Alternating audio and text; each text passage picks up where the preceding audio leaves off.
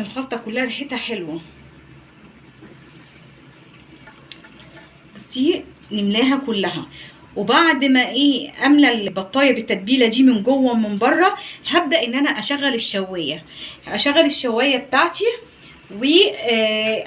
واحطها تحتيها، وبعد كده اقلبها الجنب التاني واقلبها من ظهرها واقعد اقلب فيها لغايه ما تديني لون الشوي الحلو بتاعنا. اللي ما عندهاش شوايه يا جماعه في الفرن عادي اسخن الفرن حلو قوي قوي واحط البطايه فيها، وبعد كده اقعد بردك اقلب فيها من فوق لتحت كده لغايه ما تديني بردك لون الشوي.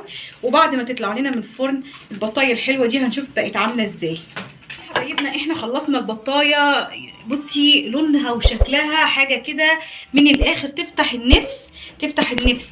وبصي هتعجبك جدا، كانها بصي شوياها على الفحم مش شوياها في الفرن. التتبيله حلوه قوي وبسيطه جدا، وعملنا مع بعض التتبيله كذا مره.